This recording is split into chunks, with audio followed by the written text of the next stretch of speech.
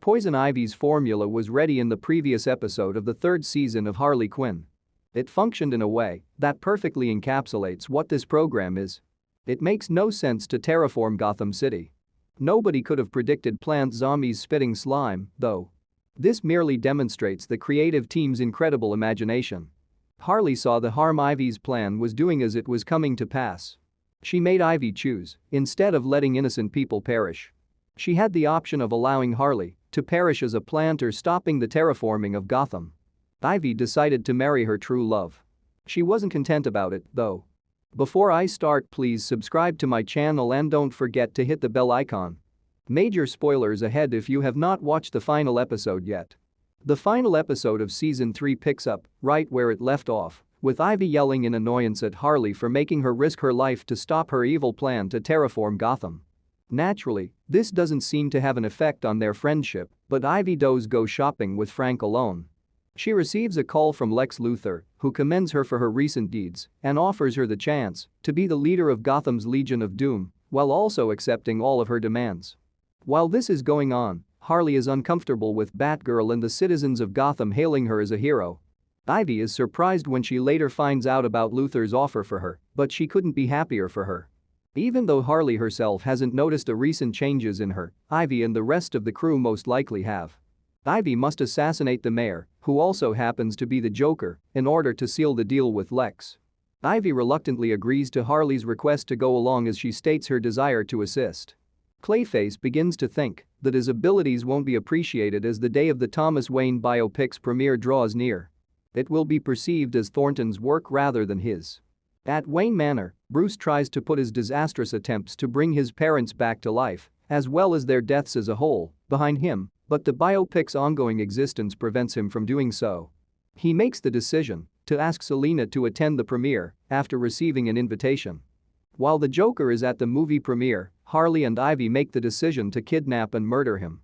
The primary focus of Harley Quinn is the changing dynamic between Harley and Ivy, despite the show featuring plenty of action, adventure, fun, violence, and mature humor.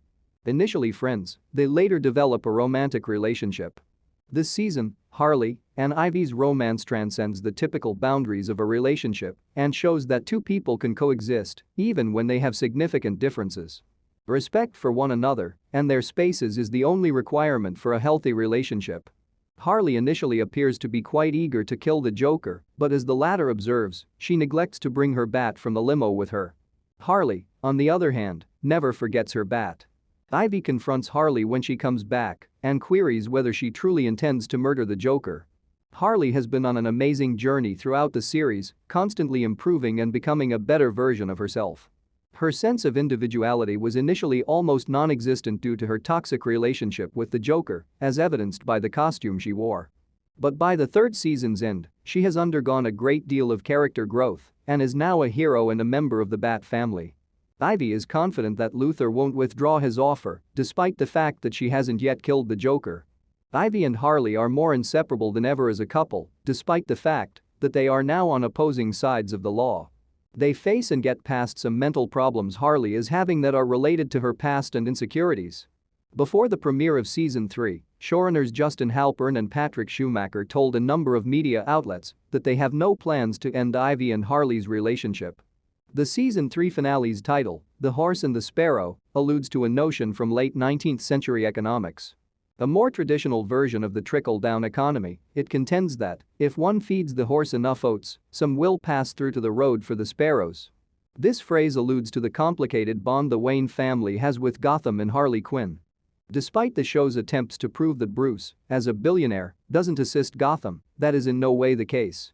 In the film, the Joker arranges for his detention for tax fraud. Bruce is later told by Nightwing and Batgirl that plans have been made to have him released from custody, but he insists on serving his sentence. Bruce has had terrible mental and emotional health over the past few months, especially after the self-inflicted horror of his parents' resurrection. The fact that Batman is spending this time away from his home city could be beneficial.